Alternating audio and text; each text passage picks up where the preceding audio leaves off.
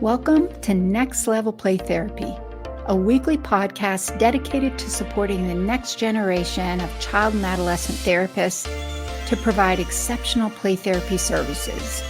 We'll explore all things play therapy to elevate your work with children and adolescents using the therapeutic powers of play. I'll discuss practical tips and ideas so you can provide a transformative experience for your young clients and make a real difference in their lives. So get ready to take your play therapy skills to the next level and make a lasting impact in the lives of children, adolescents, and families. Hey there. Hello. Welcome to this week's episode of Next Level Play Therapy. Today, I want to talk about rapport building. A lot of times I focus on theory drives application, and I talk a lot about you really need to learn a theory because theory will influence or dictate how you show up in your play therapy sessions. What do you do in your play therapy sessions? How do you respond to your clients in your play therapy sessions? How do you make sense of what's going on in your therapy sessions? It'll influence how you involve parents or caregivers in the process. So I focus a lot on that. And today I want to balance it out a little bit and talk about rapport building, because I believe that rapport building is just as important as learning your theoretical model and learning how to apply your theoretical model through each stage of the change process. I look at it like a stool with three legs. In order for the stool for you to be able to sit on the stool or stand on the stool, you need all three legs. You need all three legs to be equal. Otherwise, you'll have a wobbly stool. And I believe the three legs are theory, because theory drives application, relationship, which is what we're going to talk about today. Relationship is that glue, I believe. And then I believe the other is research and keeping up on some of the current trends and using research to guide us in how we are applying things, what we're focusing on. I don't think research is the end all be all either, which is why it is one leg in the stool and equal to all of the others. So today I want to talk about relationship and how to build strong rapport in play therapy with your clients, including parents or caregivers. When I say parents, I really am using that as more of a generic term. As play therapists, we know there are a variety of adults or grown-ups who fulfill that role for children. Could be children are not living with their parents. Maybe they are in foster care, or maybe they're living with another family member. So when I say parents, it's more generic in nature. So I would love to see who is here today joining me on the live stream. So if you would post your name in the comments, I would love to see who's here. What population do you work with? Are you using play therapy? Where are you using play therapy? Where are you from? And if you're watching on the replay, I would still love to know who's watching, where you work, what population you work with. And also, if you are listening on the podcast episode, welcome. And I would love to know how you are, what you're finding useful. So please feel free to leave a comment. And if you're listening on the podcast, I would love if you would leave a review. It always is nice to get some of that information and feedback to make sure that I'm on the right track and meeting the needs of the play therapy community. If you're watching on YouTube, please feel free to hit that subscribe button, and please feel free to share this information across your social media platforms if you find it useful. So let's get started for today. So, rapport building. To me, rapport building is really the glue that keeps your clients engaged. They're not going to stay engaged because you know your theory model and you can explain your theory model. They're going to stay engaged because they trust you through all of the change process. We also know from research that children really can't engage their social engagement circuits in order to engage in the play process unless they feel safe. And when they trust you, then they will feel safe in the play therapy process. This also includes parents and caregivers. I am a firm believer that we need to be establishing strong rapport with parents as well as with our child and adolescent clients because parents need support. You know what I've been pondering so much lately? Especially, so I'm going to talk a little bit more also at the end if you're interested in a family play therapy training, a live webinar that I have coming up. And here's why I'm mentioning that as well as for the topic that we have for today, which is rapport building. I hear all the time, and I was just reading through some articles this week about children's mental health, the mental health crisis, how children are struggling. And I'm a firm believer. I don't know if you guys think the same. I'd love to know your thoughts about what I'm about to say as well. So if you're listening on the podcast, please feel free to reach out and send me an email. I feel like families are struggling. We've been through the pandemic. It created a lot of chaos. I feel like we're still kind of coming out of that with all of the anxiety. But if you're here in the US, we have a lot of other kind of contention going on with the big election coming up, which is really important and creates a lot of, the medias, there's a lot of contention. I also think that the social media platforms and what's going on there. I'm going to do a shout out on Instagram. They didn't know I was going to do this, but I connected recently on Instagram with a channel called Your Brain on Social Media. We were kind of chatting a little bit about doing some collaborative work, but the reason I'm mentioning it is because they're supporting parents, helping parents figure out how to navigate social media for their kids. So why am I mentioning all of this, especially when we're talking about rapport building? Parents are struggling. Families are struggling. We know from research that children do best when they have a strong support network, family. And I'm not talking perfect family. I certainly don't have a perfect family. I always laugh. I'm like, oh, we're that outsider family that doesn't fit the mold of what you would think of for your typical mental health therapist family. But through all of our, quirks and imperfections, we stay connected. We love each other. We're still important to each other.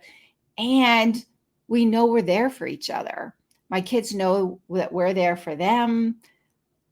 And that, they're at that age now, they're kind of young adults. So we kind of hang out in a different way now. But supporting families, I also believe is important.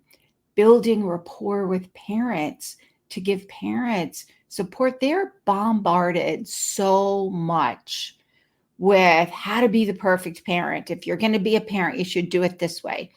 I remember reading all the 9 gazillion books because I didn't get the typically developing kids, but it took me quite a few years to figure that out. In the meantime, I was looking for how to do this, and it's confusing and overwhelming to have that. So when parents build rapport with you, it gives them support. You can help them navigate all this noise going on so that you can be a support to them so they can be a support to their child. So that's what I want to talk about today. Let me check in a little bit. There's a few comments. Hey, Sherry, I forgot to say hi to you last time. Hey, Sherry. Sherry's in my, I saw your name pop up. Sherry's in my Play Therapy Academy program. So let's see who's here. We have, oh, looks like it's, okay. I'm not exactly sure. It looks like we've got a little spam going on YouTube. That's the not so fabulous. I'm going to delete that one. Cool. I didn't know I could do that on StreamYard. Yay. Okay, so let's get started. Why is rapport important? So first, the Association for Play Therapy has did some research, gathered information, and they identified some core competencies for play therapists to learn these skills when they are providing play therapy. So these core competencies, which if you go on the Association for Play Therapy website, you can find the core competencies on there. But competency 2B, I'm going to read it, says a core competency we need to be developing is demonstrate knowledge of rapport building. For example, empathy, safety, unconditional regard by utilizing self in play therapy in relations with children, caregivers, and stakeholders in play therapy. So that whole use of self in play therapy is important. And how do you do that? Because it is still a professional relationship. We still need to be able to maintain that level of professionalism in the play therapy relationship. And we need to show up in a way that we're using ourselves therapeutically. That's really that whole corrective experience that we provide in play therapy through that relationship, which is why it's so important. That developing that ability to connect with clients, connect with parents, provides the anchor that our clients need in order to make it through all of the stages of change. I'm a firm believer this is really, really, really important with parents, because when you're going to be asking parents to do some of those challenging things, they need to be able to trust you. Excuse me, I got a tickle in my throat. I'm going to have some coffee. If parents are going to make those hard changes that you're asking them to make, they need to trust you. And it'll take a while to build that trust in order for them to make those changes that you're asking them to make. Also, we know that children can't really engage their social engagement circuits unless they feel safe in the sessions. And in order to feel safe, they need to build some of that trust with you. And we're not robots. My husband said that to me years ago as I was lamenting about why I'm not so perfect and how I feel like I'm not doing a good job. This was a couple way, way long ago. And it's frustrating because, we have to look at, okay, so what I'm about to say is a good thing and it's a hard thing. It comes with being in the profession. Our stuff gets activated. This is where self-awareness is important. We need to understand what's going on in us so we can understand what's going on in the sessions. I call it our superpower. When you learn how to hone that, man, that is a superpower. And I am going to talk a little bit about that today. But it also means we have to really be reflective of what's going on. And I feel everything. I have been that way since I was a kid, and I feel it deeply. So it can be so overwhelming. But one of the things my husband said to me this long, long time ago was, you're not a robot.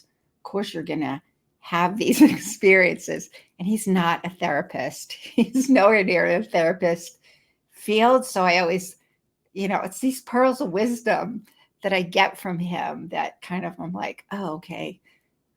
Now I'm grounded again. No, I'm not perfect. Don't have to be perfect. So what does that mean in my profession? How do I show up? How do I use myself authentically in the session in a professional way? And I believe that's part of the journey that we are working through as play therapists to figure that out. I kind of decided like this. So I've been in the mental health field. I got started in, graduated with my master's degree in social work back in 1992. Now, I have always wanted to work with children, adolescents, and families ever since I was a kid. I wanted to save the world. That is what I was going to do.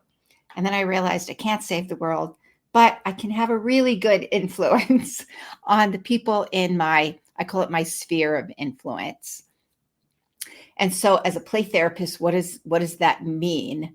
What that means is, for me, like those first 5 years out of graduate school and working towards licensing and learning how to do this and being self-conscious about everything, I did everything by the book. I was very professional, by the book.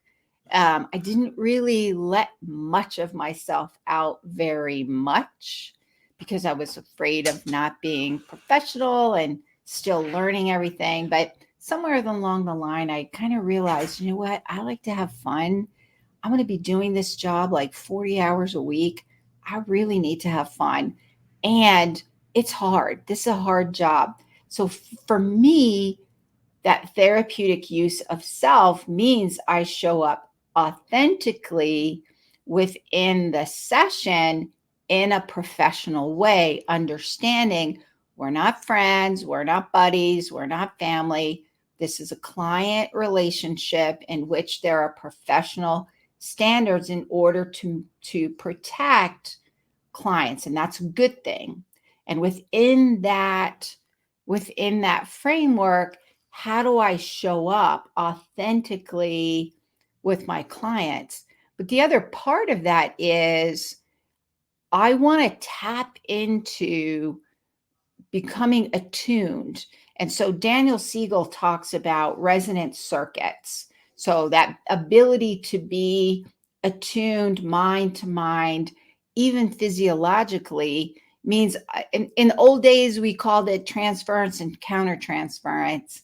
Now I kind of lean heavily into resonant circuits where we're kind of picking up what's going on within this interaction, in this relationship, in this professional and authentic relationship. And so figuring out how to do that is a really important part of being able to use self authentically in that play therapy process. And that's going to look different. Like my version of authentic use of self is going to look a little different than your authentic version in that therapeutic use of self. And that's what each of us, I believe, has to figure out. What is that going to look like? But the thing is, if you are able to be attuned in the sessions with your clients, then that gives you the ability to pick up on cues of what's going on to better understand your clients and use those cues to help guide you through the session to session to session through each stage of the play therapy process. So that brings me to my next point that I wanted to discuss today, which is be fully present.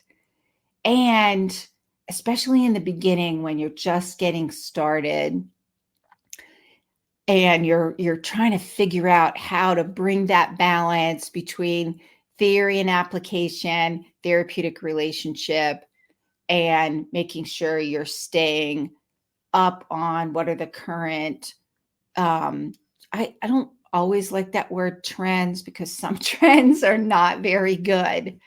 But and research can guide us. Research has its flaws as well. So I don't think we can only rely on research. I think the three things together, grounding our work in the theory, and theory gives us roots.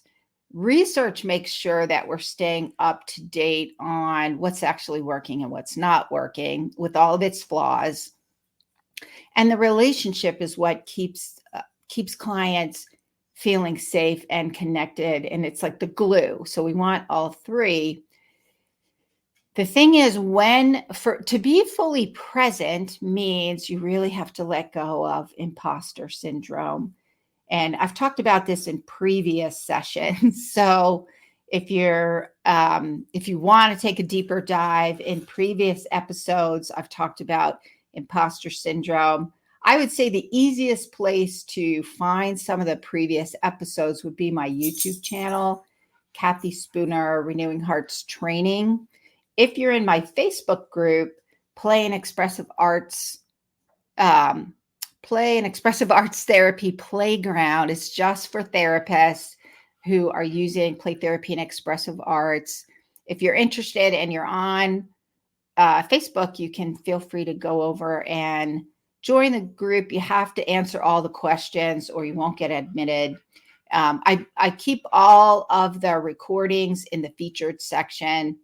If you're watching on YouTube, you can probably find some of them in my grid, but a lot of them, they might not necessarily be on YouTube. So the easiest place would be to find them on YouTube. So if you're interested in some of these topics, I go into them a lot more in depth. And imposter syndrome is going to keep you from being fully present in the moment because all of your insecurities are going to pop up. You're going to tell yourself in your head, I don't know what I'm doing.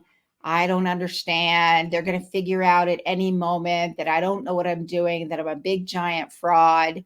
And they're going to pull their child from treatment, which means I'm a big giant failure. Like we all have this. If you're new or kind of new, the likelihood you've struggled with imposter syndrome is really high. Here's what I always say, especially to people just getting started. Lean into therapeutic rapport. You're not going to do everything perfectly. Anytime we're learning something new, we're never going to do it perfectly. That's even true for me now when I'm learning new things. Nobody ever does it perfectly. In play therapy, and especially with parents, leaning into building rapport, building trust, listening deeply, helping them feel heard, understood, that felt sense of safety and connection, that in and of itself is a corrective and healing experience. So when you are feeling a little lost, recognize the imposter syndrome in your head going on, let it go. Lean into professional relationship with its boundaries. Tune into your client, listen deeply, help them feel felt, heard, and understood. That will help you through to facilitate that healing when you're not always sure what's going on. I still, 30 years later, I don't always know what's going on. Sometimes it takes a little bit of time to figure out what is going on. And that doesn't have to derail the process. This is that whole saying that we have in play therapy of trust the process. Trust the process means build rapport, be fully present in the moment, lean into your theory model as much as possible while you're learning to help you navigate through the change process. And that will help to get you through. And making sure you're building rapport with parents. That's really, really important. So how does this look in a family play therapy session? because I'm a big fan of family play therapy sessions. I feel like if you want to know what's going on in the family, get the parent, at the very least, get the parent and child in there together. And I'm going to talk a little bit more about my attachment-focused family play therapy model. So it uses attachment and neuroscience as the theoretical foundation to guide through each stage of the change process. Here's the thing, though, when you have family members, if they have just parent and child in the session, or maybe you have just siblings in the play therapy session, or maybe you have the whole family in there, and you are leaning into that therapeutic rapport. You can use the play process. Children love to play. They're always going to want to engage in play. So if you can find, different things that will help them engage in the play process, engage in the therapeutic powers of play, helping parents know, helping them know what their role is in the session, helping them engage playfully with their kids. That's how you're building the rapport. You're using the play process. You're leaning in to really get to know and build relationship. So the activities that you're choosing are going to focus on that. Then even with family play therapy, you can create that safety and security in the therapy sessions. I know I get questions about that a lot. Like, why would you want to have everybody in there? Because, they're all struggling. And in my mind, why would I mean, there are some exceptions and there are ways to go about doing it. And I may structure it in certain ways. And why would I not? They're family, they live together. Why would I not want to help them create relationships that they're going to have for a lifetime together? I mean, this is their support network. Think about the lasting change you can make when you help them all build those strong relationships and make some shifts in the family system. And you can do that different ways. And being able to get them in there and build that rapport and build that safety to create that change for the whole family system that has the ability to last a whole lifetime. Why would I not want to do that? It's easier just to have one person. It's easier just to have the client in there, but that doesn't always mean it's going to get the deepest and most lasting change. So I'm also a believer that with family play therapy, you can build rapport with your clients. So how do you go about doing that? So one, making sure you're letting go of imposter syndrome. So one of the I would say like foundational ways of building strong rapport as you're being fully present, letting go of imposter syndrome, is focusing on congruence. So congruence is the ability to connect internally what we're also demonstrating externally. So that ability to tap into unconditional positive regard and empathy, because these are the healing ingredients, and allow that to externally be demonstrated in my interaction. So I have to, this is where that self-awareness comes in. Am I congruent? Something happened. Something in me got triggered. Wait, is this me or is it my client that I'm picking up on, or both of us? So what do I need to do to use that information if I need to, and get back to that unconditional positive regard and empathy in this session, facilitating my model, however it is that I need to facilitate my model. This is true when you're meeting with parents also, really developing that unconditional positive regard and empathy when you're connecting with parents as well. And sometimes it takes a little longer to build rapport with parents because their imposter syndrome is usually on high alert, and they're usually looking for signs that you, as a play therapist, are judging them, which you probably are not doing. And, their children struggling has kind of activated all of their imposter syndrome and feeling like failure most of the time. So being able to build that rapport with parents is really, really important, because parents aren't going to make the changes you're asking them to make unless they trust you. And in order to trust you, they need to experience unconditional positive regard and empathy from you. Now, there's always boundaries around that. We are mandated reporters, so we know there are limits. We know there are things that, even though we can be compassionate and empathetic, and we still need to address if it's a safety thing or falls within some of those mandated reporting parameters. So, but the important thing is, for most of us, the important thing is that we are building rapport with children. We're using congruence to demonstrate unconditional positive regard and empathy, to build trust, to build safety. And that's what helps our clients engage in the change process. So that is it for today. Let me do a quick recap. So we talked about, why is rapport important?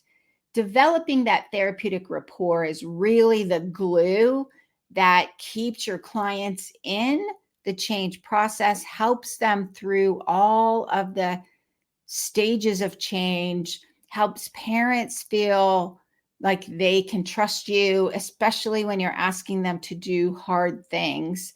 And they will stay engaged through all of the stages of change in your play therapy model. The second thing is being fully present. In order to be fully present in the moment, so you can be attuned and have that congruence, you have to let go of your imposter syndrome. Notice when your imposter syndrome gets activated.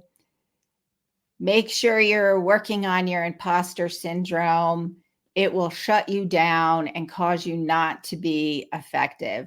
None of us are perfect. Nobody does it perfect all of the time. When you're learning, It's going to take time to learn how to get through all of the stages and learn how to apply your theory model effectively with your clients, with a variety of different kinds of clients coming in with different presenting issues. So you want to make sure that you are being fully present. In order to do that, you have to let go of your imposter syndrome.